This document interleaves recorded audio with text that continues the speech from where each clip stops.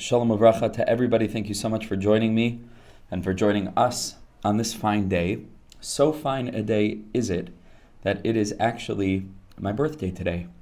Believe it or not, my English birthday, but my birthday nonetheless. And b'siyata d'shmaya, as usual, we're going to have a special opportunity now to connect to a teaching that is relevant. Many of the teachings that we've been zocha to learn in the previous weeks we found have been relevant to our situation and what we're experiencing, what we're dealing with, what we're thinking about and worrying about, and going through. And today is no exception. So Be'ezus Hashem, I'm looking forward to jumping into the teaching with all of you. I'm sure that many of you here and many of you who will be listening to this recording, Be'ezus Hashem, are aware that right now one of my children, our newest arrival, is currently in the hospital. And Baruch Hashem, he's okay and he's stable and he's getting stronger and stronger and stronger each and every day.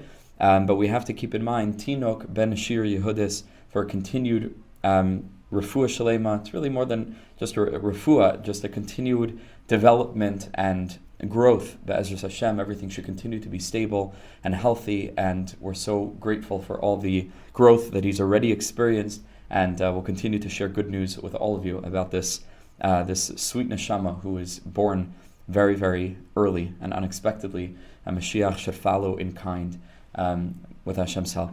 Okay, so in the merit of Tinok ben shiur Yehudis, among all of those in Am Yisrael who require Rachmanas and Rachamei Shamayim, especially our Chayalim, our brave and noble soldiers in Eretz Yisrael who are fighting evil, Kipshutai, and Jews all around the world. We'd like to launch into the shiur. I'm going to share the screen so we can see the source inside. And we will, Be'ezus Hashem, begin. Okay. Also, apologies for the delayed starting. I know that usually we start a half hour earlier, but things have been a little bit crazy these days. Okay, so let's jump in. Just having some trouble with this. I hope that everybody could hear me. I don't know, can't see anybody, so I hope you guys are there. And even if you are not, I will gain from learning this myself. Okay, so here we go. We jump into Sichos HaRan, Pei Aleph, which is where we're up to in our learning of Rabbi Nachman Sefer, 81. And the tzaddik says like this. We got a thumbs up. Thank you so much. Okay, so the tzaddik says like this, a tiny little sicha, just 2 little lines, and reflecting on his own experience. And this is something that's going to become more common as we move into the middle of the Sefer. There's a lot of biographical information. Rabbi Nachman is really referring to his own journey and his own experience over here. And he lets us into his own inner life. He gives us a bit of a window into his own ruminations about his experience and what he was going through. And so he quotes a pasuk in Tehillim that says, "B'zois yadati ki chafatzta bi." David HaMelech says to HaKadosh Baruch Hu, this is how I know that you want me. Just so deep, to feel wanted. It's just such a deep thing. It's something that all of us are yearning for, longing for. That's a fundamental human need, is to feel needed, to feel like you have a place. So David HaMelech refers to this in the most expanded, existentially broad way of being wanted by the divine, being wanted by the one who put me here. So David says, "B'zois yadati ki chafatzta bi." This is how I knew that I was desired. Ki lo yaria oivi alai. Now, what does this mean on a simple level? Ki lo yaria oivi alai. If you look just on a simple translation level, mefarshim pshat, is that my enemies did not prevail over me. Ki lo yaria oivi alai. Their wickedness, their ra, did not overwhelm me. So David HaMelech being able to vanquish his enemies was proof, was demonstrative of the fact that HaKadosh Baruch Hu desires his kiyum, his stability and existence in life. This is how I know that I was desired. Because my enemies didn't prevail. So just on a very simple level, we can apply that, of course, to our own situation that we've been through a lot these past couple of weeks. Each of us in our own way, uniquely tailored to our own experience wherever we happen to be and whatever we've been going through, and how what has been going on in the world is impacting us. But here we are, and we're still here, davening, learning, doing the mitzvahs, thinking holy thoughts, trying to improve, striving for some way of helping the world come to a more healthy place. Here we are.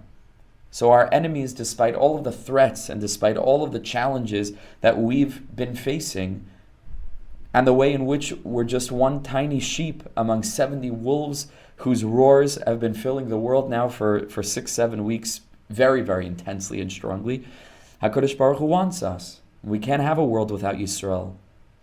We cannot have a world without Yisrael. The Gemara in Tainus tells us this is one of the primary reasons. I believe that even the word Iker is used over there. A primary reason, the main reason for the Daled Minim is to demonstrate to the world this fact that the same way that these Daled Minim require water to be able to live, and that if you take them out of water, if you disconnect them, they're not going to last very long.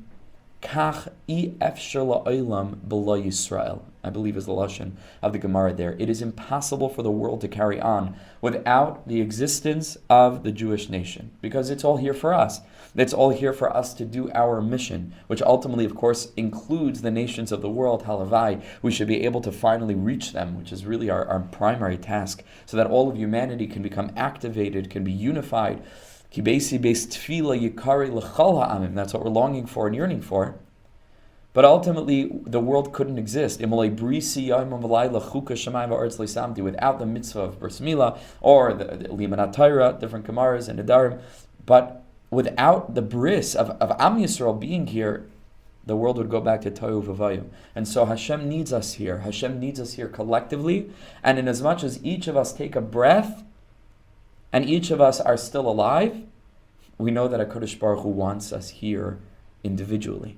And they quote this in the name of Rabbi Nachman. I think I pointed out in previous shiurim that I'm not so clear that this is accurate, but they say it over in the name of Rabbi Nachman, apropos to a person's birthday, that the day that a person is born is the day that HaKadosh Baruch Hu decided, kiviyachol, that the world can no longer continue without you in it. Right? There's a balance. And Hashem doesn't do things stam, certainly not the arrival of a new soul into the world. It's precise. It's necessary. So every single one of us who are us here now, sparks of conscious humanity within this world, the day that we were born was the day Hashem says, can't have one more minute without this soul in the world. And so I feel very strongly, that our Tinok born in the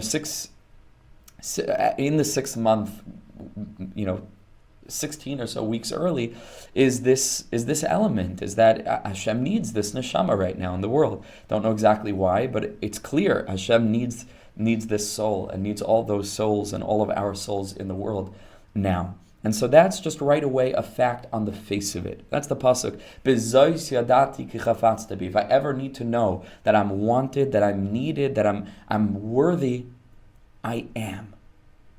I am worthy, therefore I am, right? Not like I think, therefore I am. I matter, therefore I am, right? I am, and therefore I matter. I am, therefore I know that HaKadosh Baruch Hu has an asek with me. Like our tzaddik says in Sichos HaRan, Hashem believes in me. Hashem needs something from me, wants something for me. So that's all on a simple level.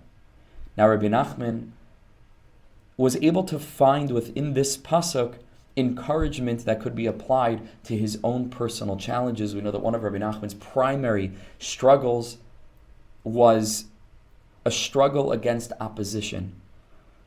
Not the time now to get into the whole background, but Rabbi Nachman dealt with a tremendous amount of pushback, not just as the whole Hasidic establishment did from the Misnagdim, from their Litvish or Lithuanian detractors, and those who were more Talmudist oriented, as opposed to the more mystical approach of the Baal Shem Tov, and so on. Without that, within Hasidus, there were those who did not take kindly to Rabbi Nachman's innovations, to Rabbi Nachman's new way of teaching, to some of the sentiments that Rabbi Nachman expressed about his own personal greatness, especially vis-a-vis the greatness of his great-grandfather, the Baal Shem Tov. Some of the Hasidic masters felt that there was a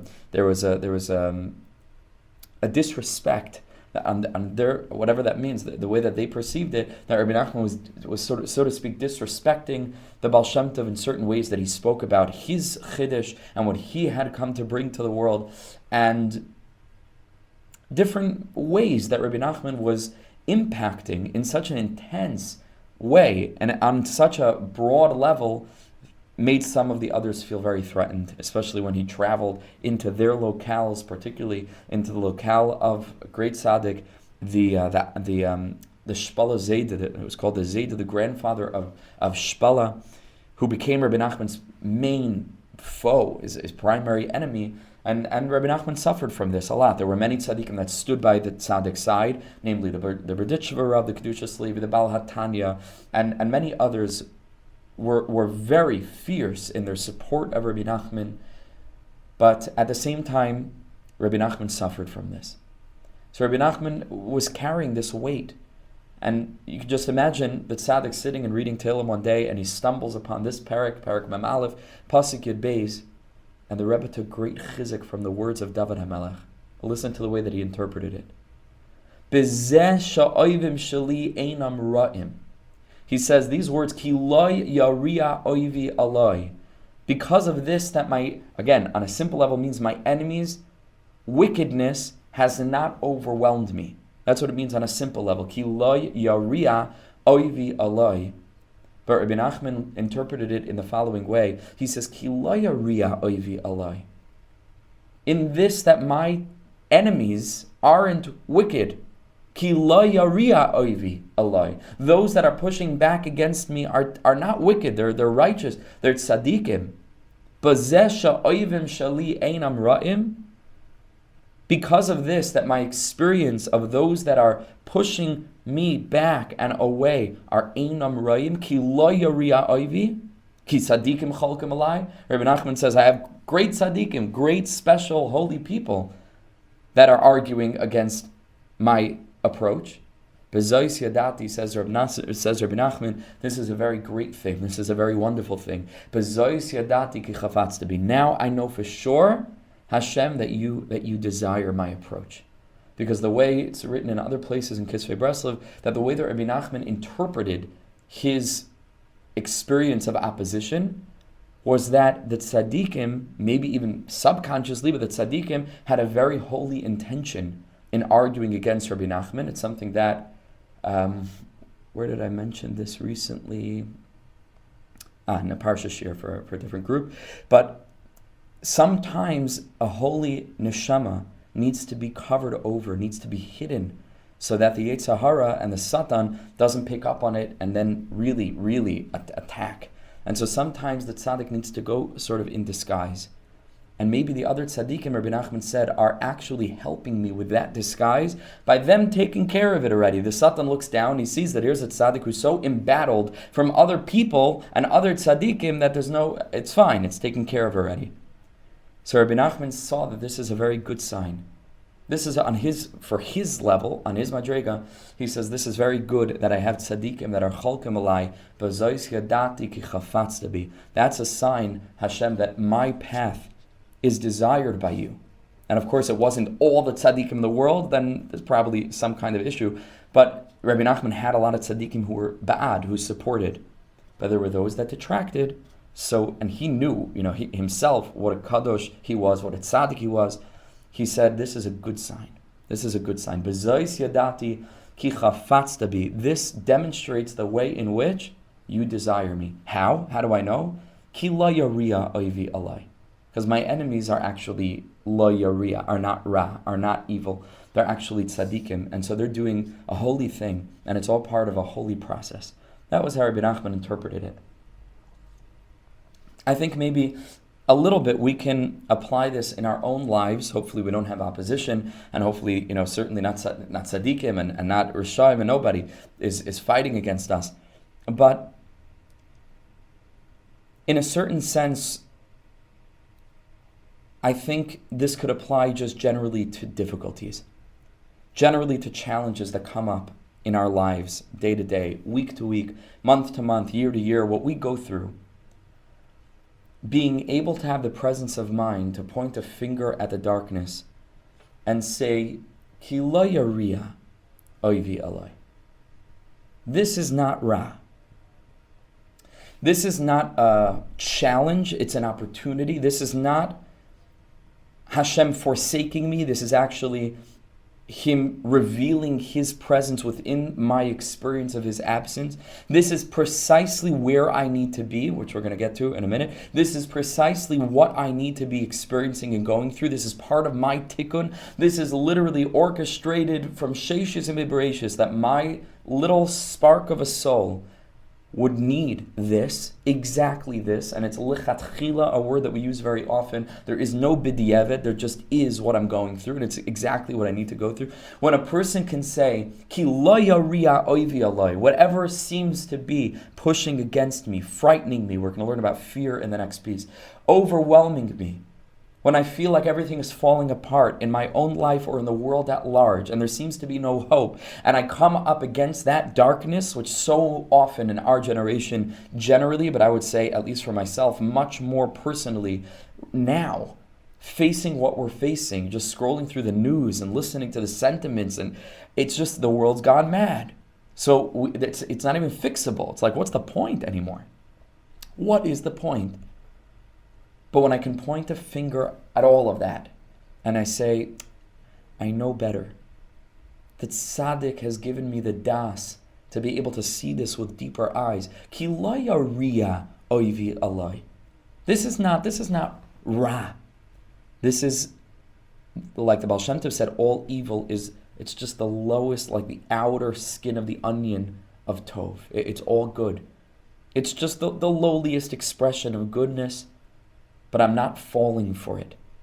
This is precisely where I need to be, and my avoda now is to stand steadfast and connected to what I know to be true, irrespective of whether I believe that my engagement with this truth is going to make a difference, with a lowercase d, let's say, in our own lives, or a difference to the whole world at large. I know what I need to do, and I'm going to let Hashem do the rest. My avoda right now is to channel down faith, to channel down hope, to channel down prayer, to channel down insight, Torah study, goodness, kindness, even though it doesn't seem to make a difference anymore. The world has gone to the dogs. Makes no difference. This is my avoda now. I just have to keep on connecting to what I know to be eternally true, which is hope. Which is hope. Hope is eternally true. Hashem is telling a story. We're not at the end yet. We don't know what's going to be. Hashem is running the world. Don't give up. Right, so when a person sits and says, Ki lo yaria oivi alai, and a person is able to maintain this perspective, then we can go back to the beginning of the pasuk, Bezois yadati ki chafatzta bi. Then we say, wow, there's no greater indicator in my life that Hashem adores me. Because what a gift He's given me to be able to live life with this perspective. What a gift. What an absolute gift HaKadosh Baruch Hu has given me. Ki chafatzta bi, because He desires me. Because He wants me to live with Yishuv Hadas to the extent possible. He's given me the gift. What's the gift? Ki lo yaria oivi alai. I don't allow my enemies, my challenges to overwhelm me. Alai. No, they don't overwhelm me. Because ki lo yaria oivi. Because I know better. Because I have deeper glasses. I'm able to look beyond the surface. So that's just a way of applying Rabbi Nachman's, again, what he applied, personally to his own unique circumstances, to take that reading of the pasuk and to apply it to our own lives. If we have been gifted with this perspective, it is a clear indicator how much HaKadosh Baruch Hu must love us, that He granted us, each on our own levels, and when we can. It doesn't mean that we're always in this mindset, but from time to time, that we're able to adopt this perspective, that we're able to look deeper at life, that we don't fall for the illusion on the outside. What a privilege, what a gift. This shows that HaKadosh Baruch Hu loves us, because I'm able to adopt this perspective. Okay, that's just that little tiny two-line teaching. And now we move into the next teaching, Sichos HaRan, Phobias 82. Now here Rebbe Nachman says a very, very deep thing, very deep. Very deep, and again, like much of this, and I said last night also, it's very easy to say this stuff. It's very difficult to apply it. But there is absolutely no hope of applying that which we don't read, right? That which we don't learn, that which doesn't begin in words. And then we can onboard them and do the work. But the work is work. The work is mamash work, but just because the work is hard, that doesn't mean that we don't even endeavor to learn about what these madrigas are, what these approaches are, and then we can work at applying them. But it does take work, and this teaching is really no exception. But let's take it step by step. Says the Heilige Tzaddik, Schusay Yagin Aleinu V'Kol Yisrael, Amen. Be'inyan hayirus v'apchadim. As it regards fear, upachad and terror, sha'adam isyari umispachid, that a person lives in a state of fear, of anxiety. Al pi haroiv, says Rebbe Nachman, more often than not, mikama davarim, for many different things, experiences, circumstances, oimi b'nei adam, or from people, she'enim yicholim lahazik leklal, that cannot damage the person at all. I mean, completely irrational fears. A lot of things that people are commonly afraid of, not getting into like phobias, but just people are afraid of turbulence, right? A person terrified of turbulence. Statistically, turbulence is not going to do it. It's not going to do you in. There are many, many, many other things that are far more likely, chas v'shalom, to cause serious harm to a person. Turbulence is not one of them, when flying. One thing that's been helpful for me, if you do a lot of flying, is just to keep in mind pragmatically that it's no different than a pothole. What a pothole is on a street, in a car or in a truck. That's what turbulence is. Nobody dies from a pothole, and the plane is not gonna drop from the sky. But people have this pachad from many things that will not end up harming them, or for many people who will not end up harming them. We have pachad. V'hadavar nireh, and says Rebbe Nachman really with a very broad-minded perspective on it, it would appear sharak basof. It would appear that it will take all the way till the very, very end. Kesha adam nestalik, when a person leaves the world, as Hashem at 120, all of us should be happy and well.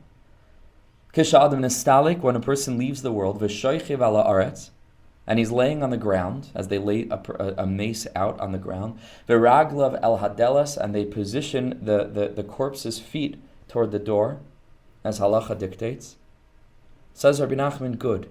Azil lo yishav hadas be'emes. Then we'll finally have yishav hadas. Then a person will be settled.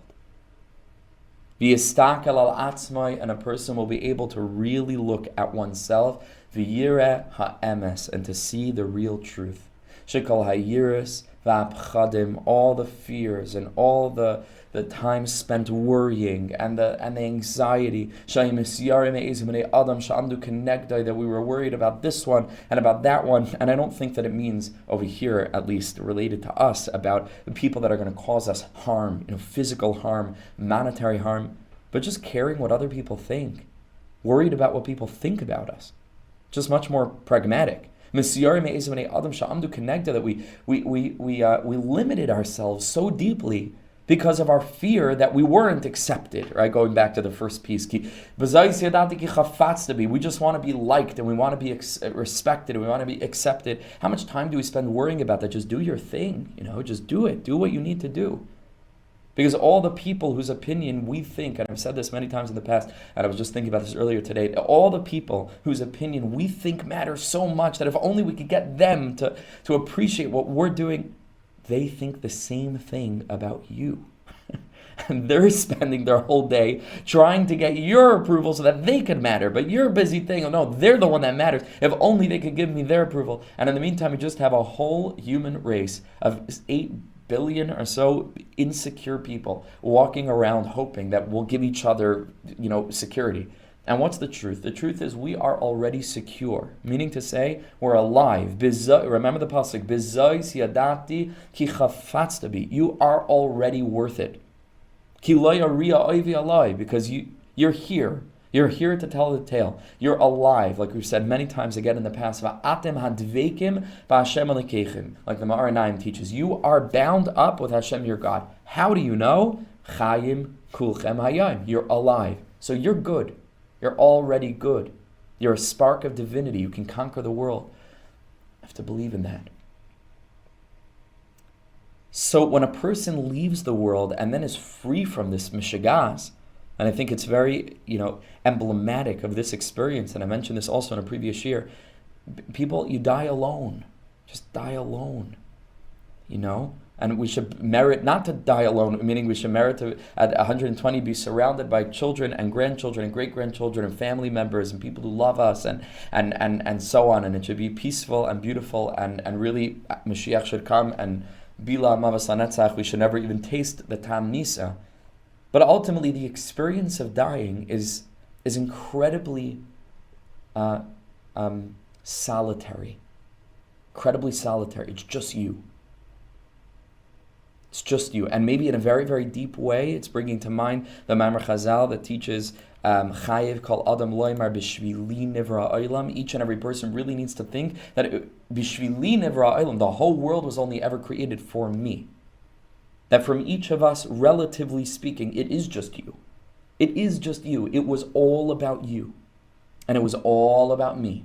And for each and every one of us on this Zoom, it is all about you. You are the center. I know it sounds egotistical, but I mean it in the holiest way. You are the center of your universe. You are literally, the whole world literally revolves around you.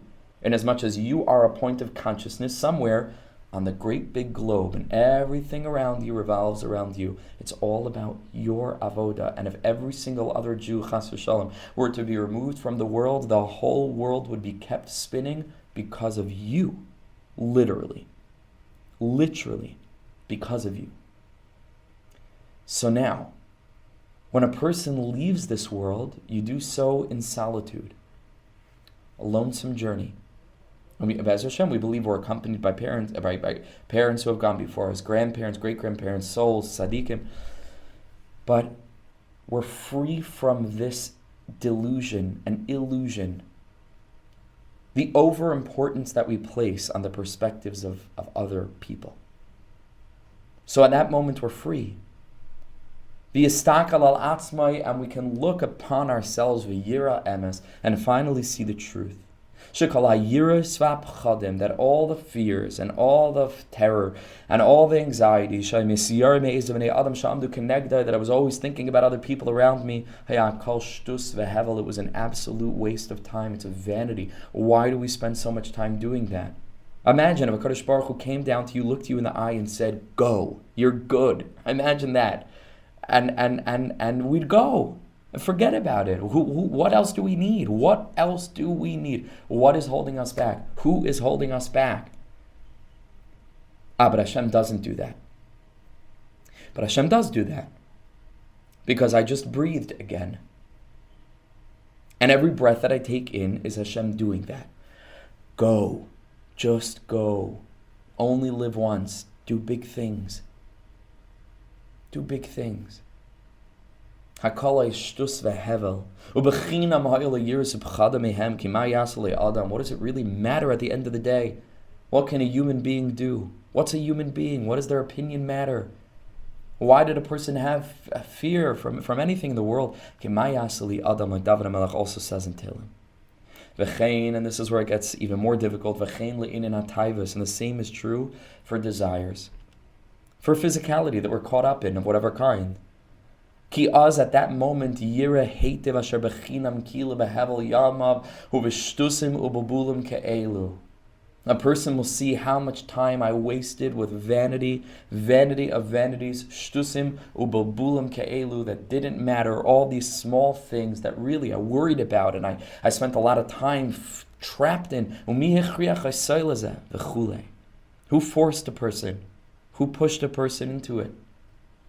Kirak az yira emes heitiv. As Chazal say, the Gemara in the Gemara in Sukkah, I believe, that tzaddikim la'asad lavo, they see the Yetzer Hara was just a tiny little hair, just a nothing. It was a nothing. I could have done it. But of emes yesh bazeh dvarim begoy. But there's more to talk about here. Because if it was so simple, it would be so simple, and it ain't so simple. And you know that, and I know that. So what is it? And how can we make it simpler? All the while that for the next, Be'ez Hashem, many, many decades for all of us, we don't have our legs facing the door and we're still here. So says Rabbi Nachman, it's not so simple. There's a lot here. So here he begins to explain a little bit more. Ki yesh davar eitzel ha'adam. And this, I'm telling you, this piece I've grappled with, literally, I could say for years. Really trying to figure out what he's saying. And now I'm going to just present, really, as I always do, it's only my limited understanding of it. Actually, in preparation for the shiur, I texted two Breslover Mashpiyim to get their perspective. But I'm just going to share my angle, and if I get any further information, and it turns out that I didn't have the whole truth, I'll happily share what they have to say as well. But here's one approach. Ki yesh, because it's so vague. Ki yesh davar eitzel ha'adam. Like, how do you even translate? What is that? There is a thing. Yesh davar eitzel ha'adam. There is a davar. I don't even know how to, in this context, how really to translate that. There's an Inyan. How's that for a translation? There is an Inyan eitzel ha'adam by each and every person. Shemay oisai hadavar, because of this Inyan. Because of this element, say, of his or her personality, this is what's causing them to fear what they fear, even if it's completely irrational fear. Even if it's a completely irrational fear, there is an element within our psyche that causes us to have that fear. The afal p, says Rabbi Nachman, shu, even though shu yodea b'daitoi b'beirur chazak, even if a person can know intellectually with absolute clarity, and you show the person all the statistics in the world about how no planes ever crashed because of turbulence, and the reason they have you put on your seatbelt is just because you might, fall out of your seat and then hurt yourself, but the plane is totally stable, and the plane is not going to break apart, and it's not going to fall, and you bring out statistics, and you sit them down with pilots, and it is clear to the person on an intellectual level, bebeirur chazak, with absolute clarity, that this thing that he or she is afraid of, einai yachal lasos loy klal, it can cause them absolutely no damage. They know it. Like every person who has a phobia, it's an irrational fear. A person who has a phobia of clowns, that's also a thing, believe it or not. I wonder whether there was a phobia of clowns that caused Stephen King to write about this terrible clown in his book It, or maybe that book and that novel and film caused there to be more fear of clowns. I don't know, but it's completely irrational. Clowns are not fearsome beings, right? Clowns are entertaining, clowns are kind, clowns are fun, generally speaking. But there's this thing where people have a phobia of a clown. Now, intellectually, they know that when they go to the circus, 99.99999% of the time, the clowns that they will encounter are not threatening. They can know that and understand it, and they can say it. But they'll still have that fear. And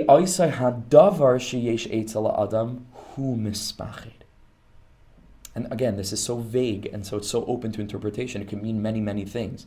Even now I'm thinking of 3 different things. I'm just going to choose one approach. It is a certain element of the person's general psyche, but it's not the person. It's an external force. It's a davar. It's a chayfetz. It's something that's there that is compelling the person to be afraid, even though the person be'etzem is not afraid. And here's the key point. The person is not afraid. There is a davar eitzel ha'adam. There is again, how exactly, what it is, you can think about parts work, right? Different parts of the person and so on. There is something within the general makeup of the person's experience of consciousness, but it's not the person, it's a davar, it's something else. That is what is afraid. And even though the person himself knows intellectually, this is not a fearful thing, I'm okay, something inside is causing the person to feel panic and anxiety. And he proves this. Says Rebbe Nachman, it's a very basic, demonstrable thing.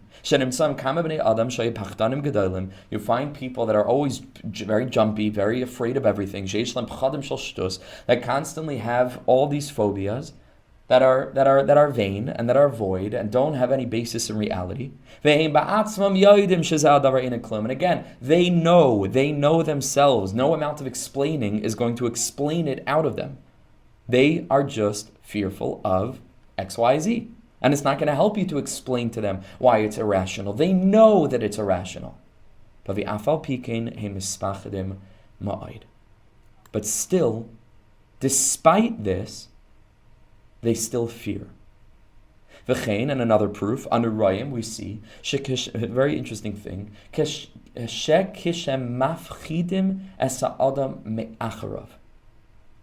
when a person scares someone else from behind. That you jump behind a person and you roar, you make some sign, a scary sound behind a person suddenly. Says Rebbe Nachman, what does he do? As he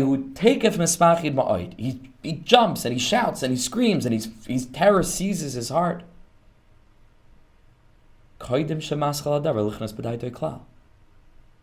Before he even knows whether or not there's something actual to be fearful of. The mind hasn't even had a chance to process the likelihood of him actually being in danger in this place. And the fact is, he isn't, right? And that was always an option because that's the reality. That's what there was nothing to be afraid of. Somebody's playing a trick on him. The mind hasn't even had an opportunity to kick in yet, and the person feels horrible fear. So why? You don't know what it is.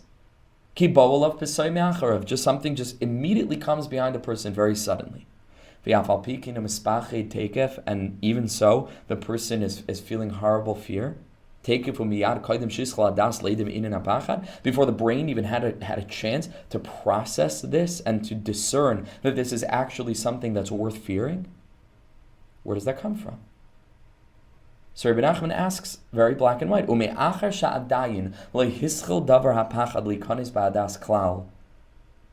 after the fact that he hasn't had a chance to ascertain whether this is something that's worthy of being fearful about. So why are you afraid?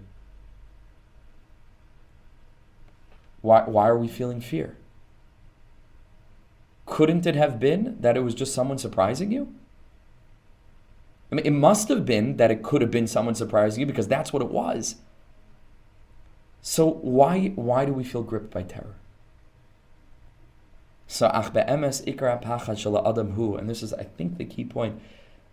The fear that a human feels, again, human meaning the conscious human, with the capacity to think very deeply about things and assess things and calculate what's real and what isn't real and what are the chances of this happening or that happening. The primary fear that a person feels is sheyesh davar eitzel ha'adam. It's just a davar. It's just this, again, it's very hard to translate. It's just this, I would say, external or additive element that we have somewhere in our being. That's just causing us to be fearful of this thing subrationally. Even though the rational mind, in case number one, he brought two cases, is able to understand that this is not something worthy of fearing. And in case number two, the mind, hasn't even been able to begin to think this thing through. It has nothing to do with rationality, says Rebbe Nachman. It's just a davar.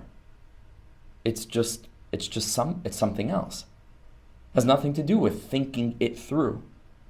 Because a person can think it through a million times and understand that there's very little chance of A, B, or C happening, but the fear and the anxiety is still there.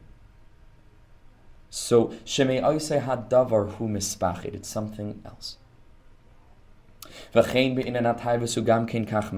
it's the same exact thing with lowlier base desires. Even though the person knows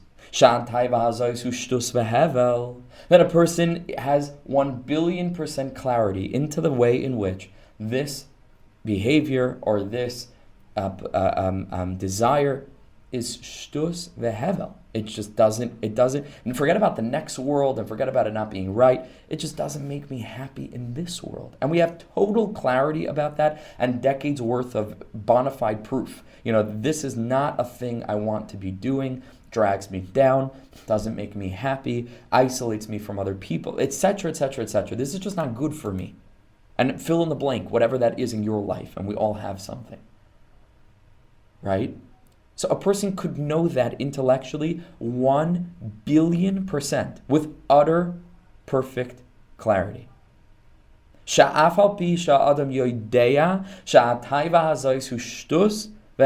person knows that this desire is folly and vanity. But even so, says Rebbe Nachman, again, it's not so simple. There is another element within your experience that isn't you, because the you knows that this is not what I want.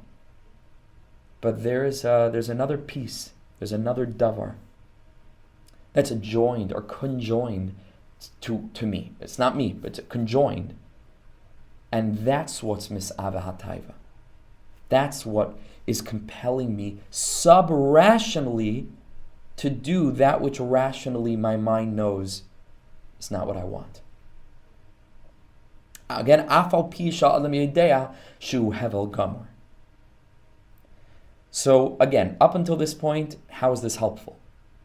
Right? I mean, it's interesting that Rebbe Nachman 200 years ago is just describing so much of our lived experience in 2023 and clarifying certain details to us. It's very interesting, but how does it help me? So says Rebbe Nachman, and with this will end, it isn't easy, but this opens the door to at least a potential path. A potential path of being able to live more aligned with the human in me and less chained to the devil in me. How so? V'al kain, therefore, says Rebbe Nachman, bivadai, with absolute certainty, im ha'adam, and this is the big if, right? It's a huge if, because this is really where the work is. But im ha'adam yiyashiv atzmai heitev. If a person will do the work in this lifetime to settle himself to achieve peace of mind, that means spending lots of time in hispodidus. We already said previously, any time in Kitzvei Breslov you find the words Yishav Hadas, it's a reference to hispodidus. To spend time talking to Hashem, to spend time thinking about life, reflecting on life, getting out into nature, breathing deep breaths, remembering that life is spiritual at its core, and engaging with that, says Rebbe Nachman, then we can widen the separation between me, between the Adam who is not afraid and who does not have impure desires, and the davar, that nachash, that external snake, that is the one within me who is being sub-rationally fearful, sub-rationally compelled toward different behaviors. What's the key? How do I separate between these two? Says Rebbe Nachman, Yishav Hadas. Because again, drawn to its final pinnacle, to its conclusion, when a person leaves this world and we're free from the davar, the Yetzer Hara falls away because a dead person doesn't need a Yetzer Hara anymore. The challenge is done, finished, and it escapes. What is a person left with? Total Yishav Hadas, total clarity. And so what hispodidus is a bid in, again, I don't mean this in a like a negative sense, in dying before we die. tapping into that clarity while I still have a chance to fix things. Channeling that clarity, channeling that awareness, channeling that. It's just me. Forget about what other people think. It goes back to the first piece. All the challenges that I face, I'm stronger than them. I'm stronger. Hashem believes in me, etc., etc. And to breathe that in deeply. To connect with that, with a spirit of calm. Yishav Hadas. Emuna. So then I have a chance. Then I have a chance. Not only do I have a chance, Rebbe Nachman here even uses the word easy. Bekal. Then, easily, yuchal esalik mimenu kol hayiris v'apchadim. I can free myself from anxiety. I can free myself from irrational fears. V'chein kol hataivos, and I can free myself from irrational, sub-rational desires that are not bringing me where I want to go. After this, that I know shebe'emes einam klum. I'm rooted in my intellect, in my mind. Einam klum. Rak. So what is it? Sheyesh davar etzlai. Like we keep on saying, there is a separate element within my life. Shehu misyare umis'abe. He's the one who's afraid. He's the one that's the source of that desire. It's not me. And this, again, it's something that we did speak about previously when we spoke about, I think, in the shiur on Shmiras HaBris, we spoke about that over there. There is an idea where not having this clarity is going to feed this cycle. The more that a person thinks that they are the one that wants A, B, or C, and then they therefore feel so low and so ashamed and so down on themselves, what do you think that's going to feed back into? A further downward spiral. That's Aveira Goreres Aveira. It goes down and down and down. The first tikkun is Havdalah. Havdalah. There's got to be separation. Havdalah, Hachna, Hamtaka. First step is I got to be separate. I am not it. I am not that. I am pure. I am holy. I am deep. I'm yearning for love from HaKadosh Baruch Hu. I want to connect to Him. I want to make life worth living. I want to change the world. And I'm so frustrated and overwhelmed by the craziness and the stupidity of humanity because I see things so clearly and I see the words of the Navi dancing in front of my eyes with the visions that they portray. It's so easy. We're almost there. Why can't human beings get it together? What is wrong with us? Right? Literally, and a person can be overwhelmed by that frustration. I know that I am so often. And so it's hard. Cut yourself some slack. It's hard. It's very, very difficult, especially what we're going through now.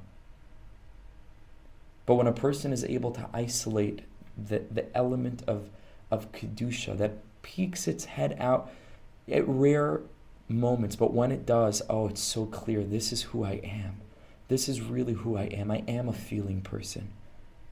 And I put up maybe a strong front from time to time, but below it, beneath it, it's just this fragile child. It's just this sweet, holy, holy spark, a divine soul.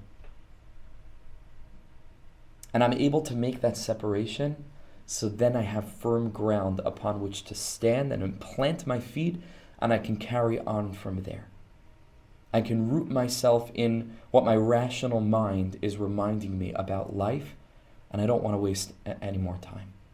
So bekal yuchal lesalik mimenu, I can then easily, again, if we root ourselves, but that's it's very difficult. It takes many, many years of being miyashiv ourselves, heitev, really well, settling ourselves. And again, I think we even made reference to this in previous shiur. What is the issue of miyashiv atzmai? What are you clarifying? Atzmai, you, the real you, who you are.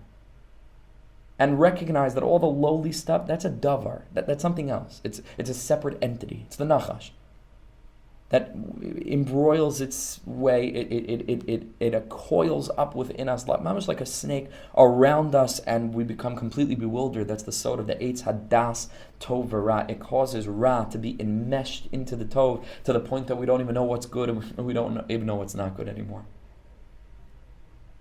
But our task is to separate the two.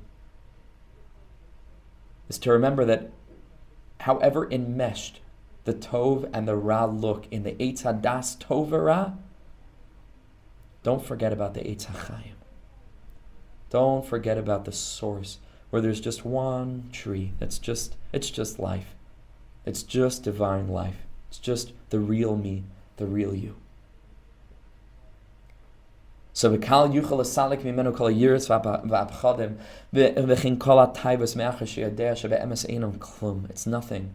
Rak again sheyesh davar etzloi shehu misyare u'misave. Al-kain, and if a person can get this clear, it is not me, it is not what I want, clarifying who the real me is, what the real me wants, and really aligning ourselves with that, B'kal yuchal shaber u'lesalik hakol. We can shatter all the barriers and free ourselves from it all. And he closes, Ki ha'adam hu bal b'chira. Because at the end of the day, the Adam is the bal b'chira. The human, not the subhuman, sub-rational, animalistic, demonic nachash, the snake, the serpent. The Adam is the bal b'chira. We get to choose. We get to choose. Ubekal yuchal lahargil daitai, and those are key words. Lahargil daitai, easily. Not you can free yourself in a minute, but you can accustom your das, your rational mind. Lahargil connotes, takes a long time, but step by step, teaching by teaching, meditation by meditation, hispodidus by hispodidus, good friend by good friend, real conversation after real conversation, etc. For long periods of time, step by step, like putting together a puzzle. Uvikal, it is easy to begin the journey of yuchal lahargil daita, to train our rational human mind, lesalik mimenu oisai hadavar, to cut away that extraneous, external element that isn't me, that was never me, to cut it away, to simply excise it, to amputate it. It's not me, it was never a part of me, it's a growth, it's something else. L'salik mimenu oisei hadavar shemimenu, that from that cancerous source, ba'im kol apchadim shalai, that was where all my fear was coming from, but I was holistically well, I was innately whole. And it's just this three-letter word, this davar, just this something else. Also the oisia is dever, it's like a plague, it's like a virus, like a pestilent virus. This dever, this davar, that it's something else. From that, kol apchadim shalai v'chol ha'taivos, from there came all these fears just popping into my head. You know, it's also the letters, if you reverse them, of barad, right? Barad is of course this mix of two elements that really have nothing to do one with the other, and then it appears like one element. That's why if you take a look in the Tur, that's what we refer to, according to the Heilige Tur, the Balaturim, what we say when we make the bracha of Asher Yatzar, we end the bracha umafli lasos, and who does a pele, a wonder. What's the wonder? I believe, if I'm not mistaken, I'm not sure if he makes a reference to barad, but it's very similar. This connection between the body and the soul, that are two antithetical entities, and they get put together like this as one, that's a wonder. That's a wonder, but don't forget that they are two and not one. Also, the ICS, these three letters also spell ravad, which in Hebrew means a layer. A layer. So it's reminding us, davar, dever, barad, ravad. Go deeper. Go deeper, go deeper. Look one layer beyond. It's just an external garment.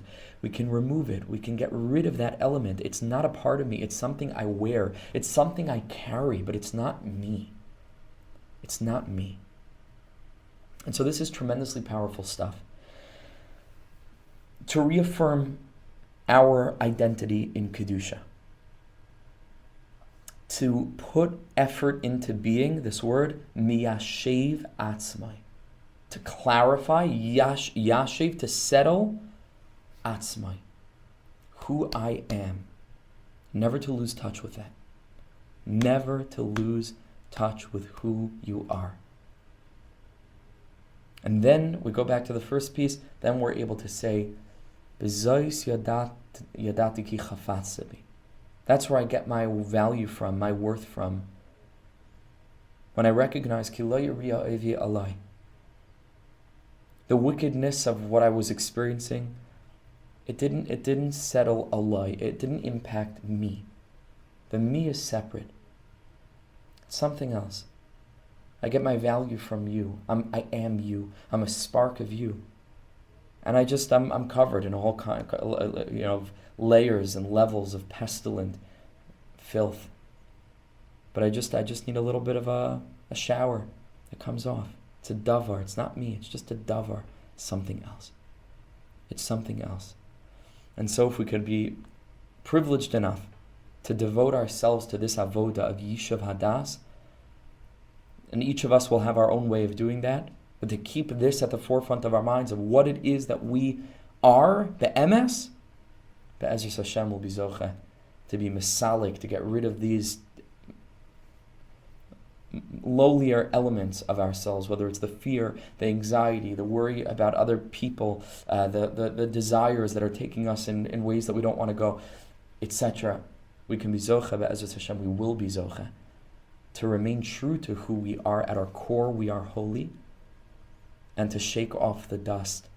May afar kumi, to arise from the dust, and livshi bigdei sefar teich ami. We'll swap out these black, dark, sullied garments for the purple raiments, for the purple garments of royalty, which we all are. Be'ezras Hashem, very, very soon we're coming back to Yerushalayim. We should be zeicha to have the next shiur in person in Yerushalayim. Be'ezras Hashem, with the coming of Mashiach. B'mheir b'yameinu, amen va'amen. Be'ezras Hashem. Thank you so much for joining. As always, I'm sorry for the time change today, and looking forward to carrying on next week b'siyata d'shmaya. Thank you all very, very much. Chazak, chazak v'ematz ashreinu. Thank you so much.